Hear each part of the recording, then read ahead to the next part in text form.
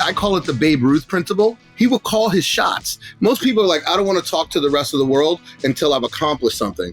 I'm like, no, dude, I'm going to call the shot. And the funny thing is he didn't hit all of the ones he called. But when he did, people were like, ah! When you tell the external world, the rest of the organization feels compelled to have to run towards that because the world believes that that's what they're going to accomplish. So you use external pressure to drive internal change. Hi, I'm Jason Harris, and you're listening to Soul and Science. Fast forward your marketing mind in about 20 minutes. Welcome to the podcast. Today, I'm joined by Bonin, co-founder of Lockstep Ventures. As one of the youngest C-suite executives at a Fortune 50 company, Bonin has worked for billion-dollar CPG brands, including Mondelez and PepsiCo, before starting Bonin Ventures, a growth accelerator that helps businesses of all shapes and sizes achieve revenue growth faster than they ever believed possible. Bonin has been responsible for some of the most successful organization transformations and the rapid growth of some of the world's most loved billion-dollar brands, including Oreo. I'm sure everyone's seen his work on Oreo, Cadbury, Pepsi, definitely, Gatorade, and Frito-Lay. During his time as Chief Media Officer at Mondelez International, Bonin managed over $3 billion in media spend, making him the seventh largest media buyer in the entire world. He's helped brands like Sour Patch Kids become the fastest growing candy brand in the world. Found consistently at the forefront of thinking and execution and innovation, Bonin is recognized as one of the business hottest stars and one of the industry's top mobile marketers. He's been inducted into the Advertising Hall of Achievement. He can also be found in lists such as Fortune's 40 Under 40, Fast Company's 100 Most Creative People in Business, Ebony's Power 100, and the Internationalist of the Year.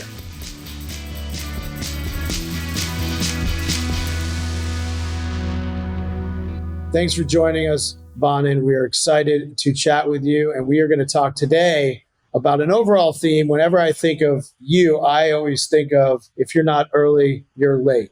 So let's dive right in. Thanks for joining me today. Wow. Hey, man. Thank you for having me. I always like to start with, before you got there, how did you get started in the world of marketing and technology? When I was young, I got lucky enough that my parents, found a way to get me a computer. In fact, I had the first 512K Mac, one of the very first ones off the line, actually, oddly. So I kind of learned at a young age, I kind of used computers and did programming. I actually started a magazine that went through the New York City public schools when I was 12. It was called What? Washington Heights Action Teen. So I was always into computers, learned how to program at a young age.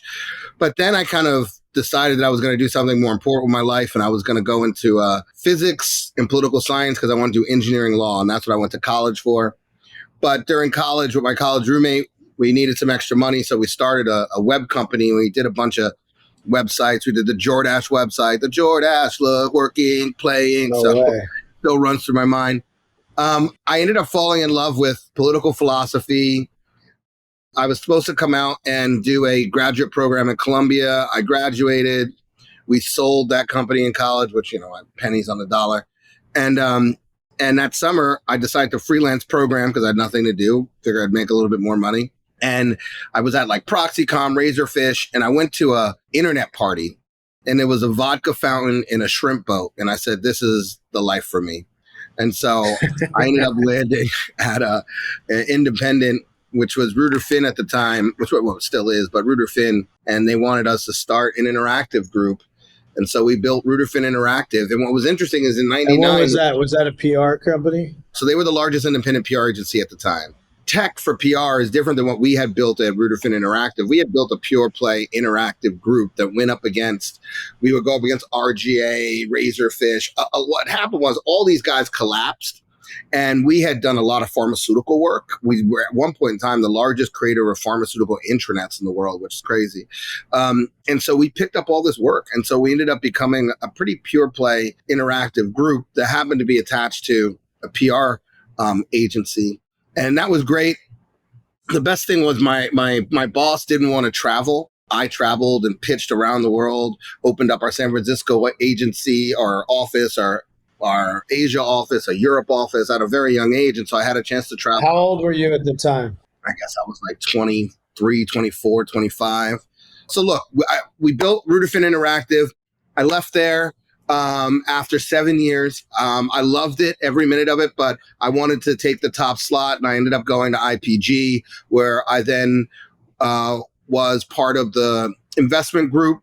And so we did like the first investment in like Holdco into like Facebook, but I also ran Weber Shandwick's interactive group. So I built Weber Shandwick's interactive group from 20 people to maybe 280 in the 2 years I was there. And then I left there because I thought clients were too dumb to buy good work, and I became a dumb client. So I went over to Pepsi. But during that time, even in PR, I tried to create things that had never been created. If you go to Asia, you'll hear a word called EPR. And that actually we started at Reuter Finn, because the whole idea was, okay, if Google is the front of a newsstand, the singular goal for a PR agency is to be in every single magazine on a newsstand. So how could we create something that we could get on every single search result in Google? And at that time, it was like mom and pop. So if you search for like psoriasis, you get a bunch of mom and pop blogs, maybe a couple of websites, because these are early days. So we built out all these content pieces that we would then pitch to these mom and pop blogs that had no way to build it. And we would get our clients on all the front pages, and we called that our EPR strategy. And that we kind of traveled that around the world anyway. That was before SEO was really a thing. Having started as an entrepreneur, starting different divisions and departments and other agencies, and then going client side, what do you think the biggest difference is from agency to client side?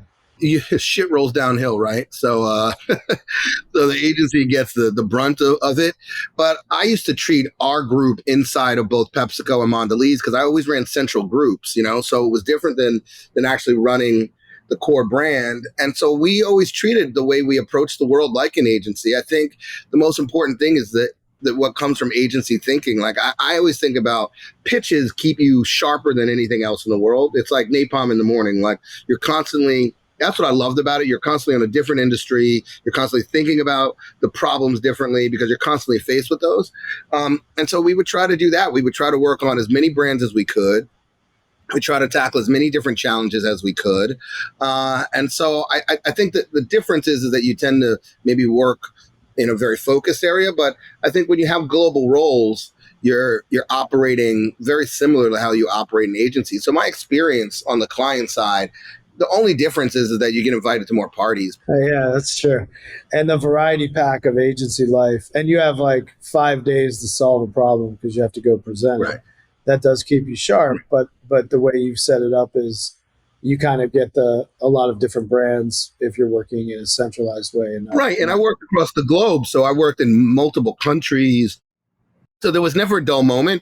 I think the hardest thing for the global roles is that you have to realize that you're not command and control, but in an agency, you're not really command and control. You're always in influence mode. You can't just make the decision. You have to get other people to believe that it's their decision or that they believe it's the right decision, which means you have to really have thought through a lot of stuff and make sure it's kind of bulletproof. So I think that kept us sharp as well.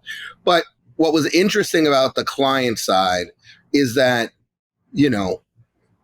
the scale, if you're operating at the kind of scale of a PepsiCo and a Mondelez, like you can have impact that you see, you can get off an airplane anywhere in the world and see your work.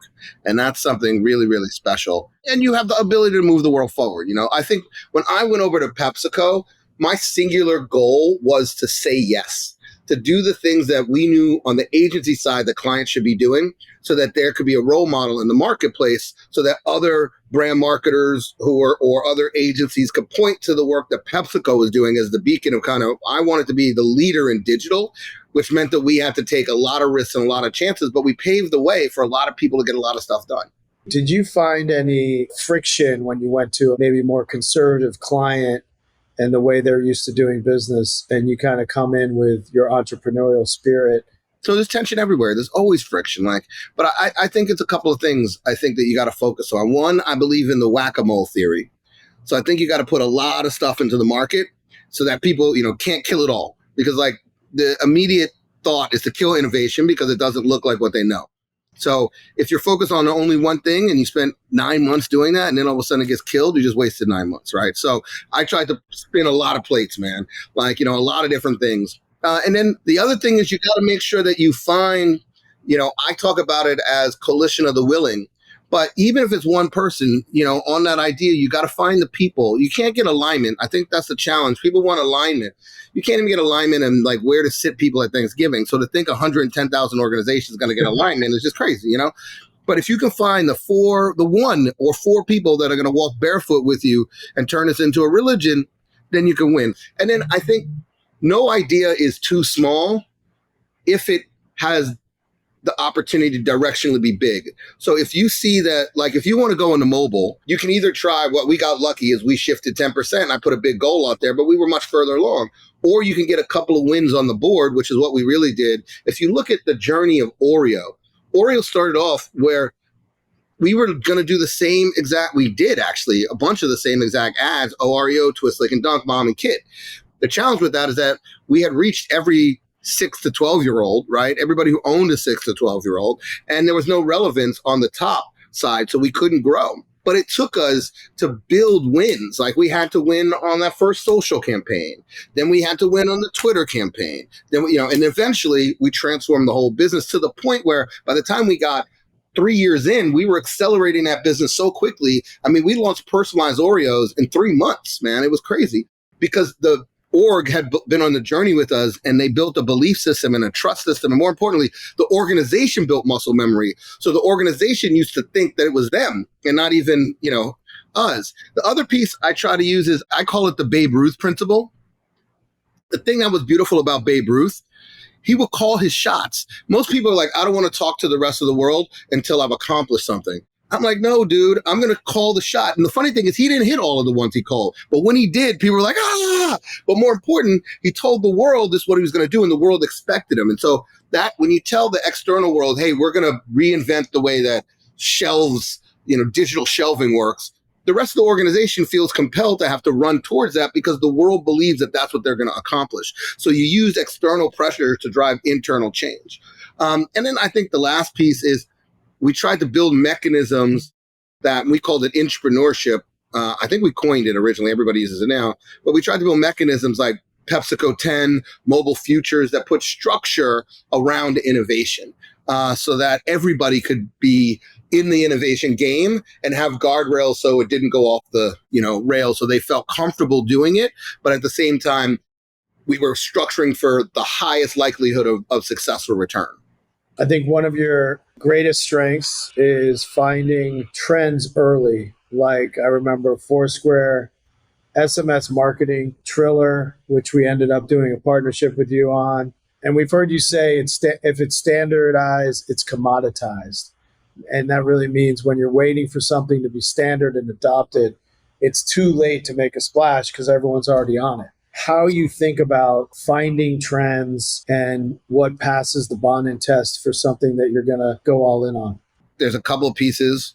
One is you got to find a way to have inputs, to have constant inputs. You know what I mean? Like for me, the easiest way has always been speaking because what I'm able to do is I come off stage and everybody's got an idea for me. And so I'm hearing, and like people are always like, wow, you stood here and listened to every single person. I'm like, are you kidding me? This is gold, man. Like they think they're getting something from me. I'm hearing exactly. So I get to hear like, what are the kind of common themes that are breaking through? And then I think there's a little bit of pattern recognition because you can say what you want. Marketers are going to they're like roaches. They're going to find a way, man. They're not going to, we're going to infiltrate whatever space you think is safe space, we're going to infiltrate. Now, the good news is there's a lot of guardrails, so they're going to have to do it in a very, protected way. But for me, it's always jump in as early as you can and ride the bull because ultimately those that are there first are ultimately going to usually have a better shot at winning. Even when we did the 3D printing Oreo, people are like, oh my God, how did you know? But 3D printing was already big before I just decided to do it with food. It wasn't like, but I saw the pattern recognition and moved early. So I think that's the real piece is you have to build that pattern recognition muscle memory, and then you got to build a way to get high throughput. Like how can you, that's why the CES is and all those things. The funny thing is with CES, everybody goes there and they take the tours. I can't wait until everybody leaves and it says last 2 days or last day. And I walk all the back of the floor, all the tiny little boobs, all the guys that are still around until the end because they're just hoping somebody will buy their tiny little innovation, because I want to see all of that stuff. And I spend the whole day doing that. The places where nobody is searching for stuff, where I'm looking for, okay, what's sitting in that next? But to me, that's the way I put input. So I think that those are the two big pieces. Even with that, look where nobody is looking, you still have to filter the cream. Tell me more about how you determine, like, this, is it your gut? Like, you just know this thing's going to pop, or what? You can tell when you've heard it. Like, I've heard a permeation of a lot of stuff before. So if I've heard a permeation of it and already I didn't think that there was something quite there yet, then, I'm kind of like, okay, I get it. It's a better widget. It's not a new, it's a better horse. It's not a car. Yeah. So how do you, you've got your hands in so many things. How do you allocate where you're going to put your time, money, and effort? I guess you get to a point in your career where you're like, okay, what am I really going to do next? Right. And I think everybody begins to kind of think more maybe impact driven, but I didn't really know that was even going to be a part of my mindset. And then of course, all the George Floyd stuff happened, but two things that really happened in that situation was we had just finished digitizing my dad's work, 500,000 photographs that had never been digitized and archived. And I used to stand in the studio and I would look amongst this physical body of work. And I realized that the man, his work left a legacy in the world. And part of my job is to make sure that legacy is known to the world. And that's, something that the gallery that we are partnering with now is working on. But that whole idea of legacy, like, well, what am I going to leave in the world? There's a lot of Ad Age articles, but, what am I really going to leave? And then post George Floyd, during that whole thing, actually. So, we have riots that Thursday, things are being broken into, and I'm sitting here on 7th Avenue and watching the protests. And then the next day things are burning. And I'm like, you know what? Burn it down, because I haven't seen it in 40 years. And I'm like, okay, I'm being cynical. And then Sunday, a friend's restaurant got broken into. And so I'm like, okay, we can't burn it down. I have my dad's photos in it. And then that Monday, we're tear gassing people in DC. And I'm just like, what is going black squares? I'm like, what? So I'm sitting with my dad, who at this time is 93 years old. And he said the same thing that I kind of cynically said, but he meant it. He said, nothing ever changes. And in the back of my mind, I was like, so this is 100 years almost this man has been on this earth. Damn. And in 100 years, he still feels like nothing ever changed.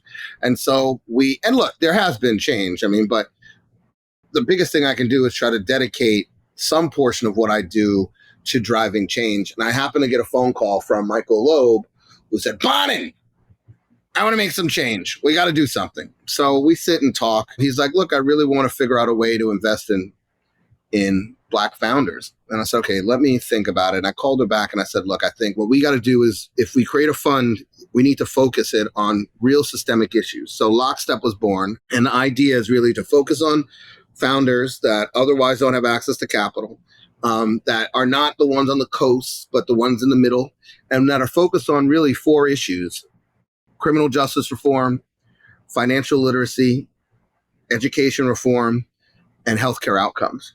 First of all, how do we create economically viable businesses? And the great thing about investing in entrepreneurs who otherwise have not been invested in, but have built somewhat successful businesses, is that they've been able to find ways to grow despite having no access to capital, but also finding the businesses that are tackling problems. Like I use the example of Mikey Likes It. So Mikey's ice cream, some of you might know it. I mean, like Beyonce, Jay, and it looks like it's like every artist knows his ice cream. He's done such an amazing job, but his story is pretty simple. He was formerly incarcerated. He makes a joke. He goes, everybody talks about thinking outside the box. I was just trying to get out of the box. And so he said, when he got back, nobody would hire him. So he started an ice cream shop, and then he started a second one. And then he realized that what he really wanted to do was create ice cream shops that were in areas where large prisons are, so he could accomplish 2 things. One, so that he could give people a job when they come out, so they could have some access to some type of dollars. And then the second piece was make sure that they didn't go back to where they came from with absolutely no resources. So really what he's doing is attacking recidivism. So we look at that business and say, hey, if we could turn that into the Ben and Jerry's of this generation, we might actually have impact on recidivism in a way that many of these programs that are not driven by financial returns can't continuously have and won't have at scale. Like, that's the one thing I learned. So Lockstep is dedicated to solving systemic issues by creating massively scalable, highly returning businesses that tackle those issues. And so for me, that's the 20% time, right? I want to look back and say, here's the 20 companies that we helped get off the ground that had real impact on systemic issues that are challenging, the community that I come from. And then, the 80% time is really based on building Group Black, which many of you up until recently have probably knew about my relationship to it as a co-founder, but didn't realize that I am actually in an operational role. So, just the situation that was happening in media where everybody was making commitments to invest in Black-owned media, whether it's the agencies or the brands. And at the end of the day, that when you really look at the Black-owned media landscape, as we step back to look at it, you realize that it's highly nascent. And there's about $25 billion that is being committed, but there's less than $1 billion of inventory that's actually there. And you begin to realize that historically, this is a category that has been underinvested in, that has been overpressured to have to, deliver at lower CPMs, to not have access to the rooms, not have access to technology. And so we decided that we had to fix this. And Group Black's sole mission is to change the equitable ownership of media and investment, and really to invest in the pipeline and grow the next generation of Black-owned media companies. We see a world where just because we're Black-owned doesn't mean that we're Black-targeted. So we believe if Viacom can own BET, then we should be able to own MTV. We shouldn't have to limit ourselves to only 13% of the marketplace, which we think is insanity, although the marketplace right now has kind of a little bit of a bias towards that. And right now, today, we are 50 employees. We've been operating for a year. I'm Chief Strategy Officer. We have 150 members. I remember when we first started our journey, we had 0. I guess we had 3. And now we have 150 members that are part of the collective. We have held our own upfronts. We've got partner meetings. I mean, I've never seen a business grow this fast. We have commitments that we've announced from everybody from like P&G to Group M. And these are multi-$100 million commitments to invest over, the course of the next 3 to 5 years to really change the landscape of how we see the world. But I think what we've done to build the Black-owned ecosystem in the last 12 months, I've never seen anything move at this pace or this scale. And our ambitions, we believe that we're going to be the NBC, the Black-owned NBC of this generation. And more than anything is that we are also in the business of bringing diverse voices into general market at scale. And people always said, and you've heard the adage that it's one thing to be in front of the camera, it's another thing to be behind the camera. Well, the way I look at it is it's another thing to own the camera, because at the end of the day, those that own that are the ones that actually make the decisions on the narratives that are showcased, to society. And we know that those narratives shape how society sees the world. So I think the biggest legacy piece that we can leave is to create a Black-owned media ecosystem and company that rivals any of the major players in the marketplace today, that are also allowing for diverse stories across all diversities, ethnicities to be told at the scale that they deserve to be told, so that we can begin to reshape the narrative that's in the world today to make sure that we have a more inclusive world as we move forward. I love it. I got goosebumps when you started talking about it. I've never heard you so passionate about anything. What did you learn when you did Cleveland Hustles? What's something that you learned from LeBron James working with him? You know what I learned? So it's interesting. What I learned from LeBron James is that one person can have dramatic change on the world. I don't think people understand how much he's going to change a generation of students from his hometown. I mean, the fact that he said, look, I will pay for college for every single student who reaches whatever X grade levels it are over, the course of, I think it started in elementary school on up. He's going to change the complexion and talk about generational wealth creation, of the opportunity at generational wealth. Like, he single-handedly is going to do that. And his combination empowers the role model and the ability to attract capital, right? And so those two pieces are huge. So being able to do both of those is how you can enact real change. But I also learned small businesses are the lifeblood of this country. and quite frankly of the world. Not only are they the largest employer, but they are the reason why our kids are safe, especially, well, more importantly, not just small businesses, but storefronts. Those are the streets they walk down. They change the tax complexion. They change policing. I mean, that is really what drives. And the saddest thing is that 80% of small businesses go out of business in the first 18 months because they don't have access to capital and they don't know how to grow.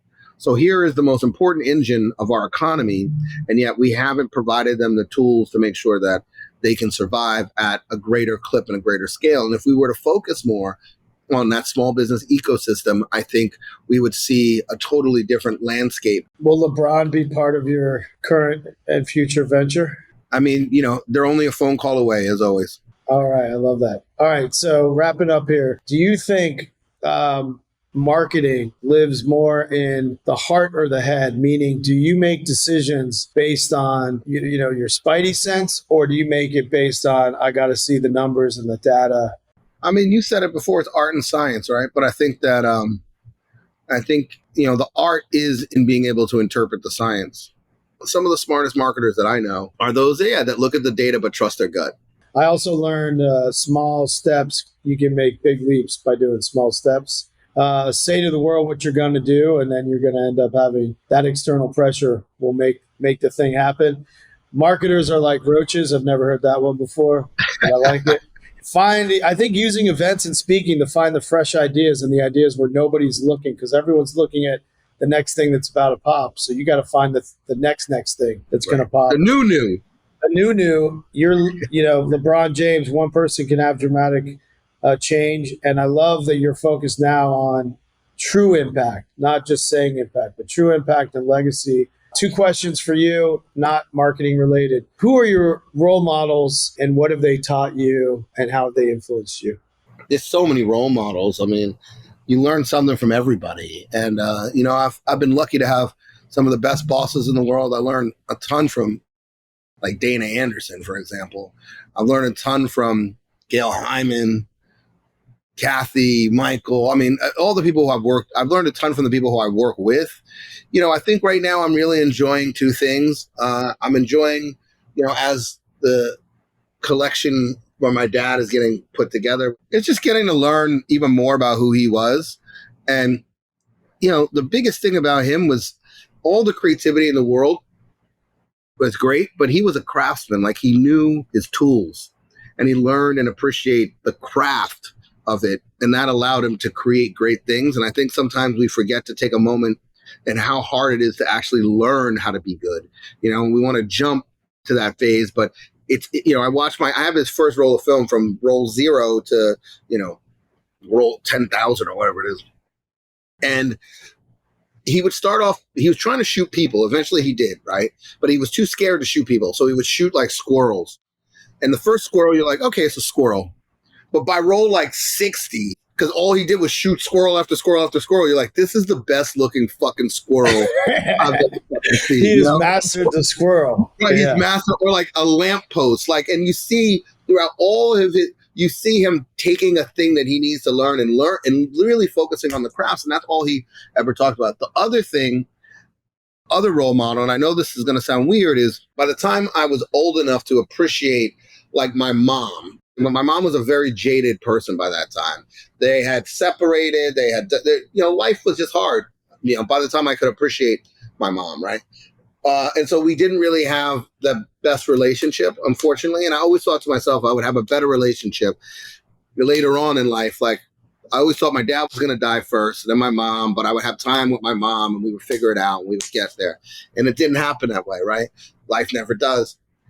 But my mom was my dad's favorite model. And so and my mom was young. My mom was early 20s. And I'm watching my mom through the eyes of my dad. And I'm just seeing my mom and how excited she was for the world and how, like, we have all these archives of documents and writings of hers that I'd never seen. And now I'm like reading those and I'm just taking in like how powerful my mom was. And, you begin to understand where you come from. And so those right now are kind of my 2 big role models, just learning who they are and understanding who they are. So I can also appreciate that as I try to make my leap into parenthood, I love this idea of learning where you came from through artifacts. It's so interesting to me. All right, last question. Do you have a favorite mantra or quote that guides you throughout, your journey? In 1999, I was interviewing for that Reuter Finn job, and Michael Schubert, who still a good friend, creative director, or I'm in the waiting room outside of his office, and there is a Harvard Business Review there, and I didn't even know what this was. I'm picking it up and I'm reading it. This is the old school one when it used to have the table of contents on the outside, and Nicholas Carr was the editor, and I'm like, oh, this is fascinating stuff I didn't know. So I stick this in my backpack, right? And I'm like, okay, do the interview. Don't know if I'm going to. But I read this thing cover to cover, and I'm fascinated by it.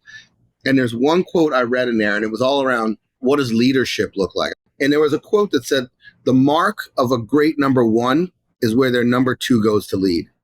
And I've always taken that with me, which is true leaders make people who are better than them. And so whenever I think about, have I accomplished anything, I always try to say, okay, A, how am I making my team better than me? And then have the people who I've had the chance to work with, have they gone on to do better things than I have? And I'm so proud that so many of them have. So I feel like I've done the best I could as a leader. But that's the quote that I always go back to is, really make sure that you do whatever you can to make the people around you better than you. Well, thank you for sharing your encyclopedia-like knowledge with us. It's been amazing. And I have to say for you, I hope you stay this sharp until you're 93. I hope it runs in the family. You and I both, man. I'm just hoping I'm stay this sharp until like 2023, but okay.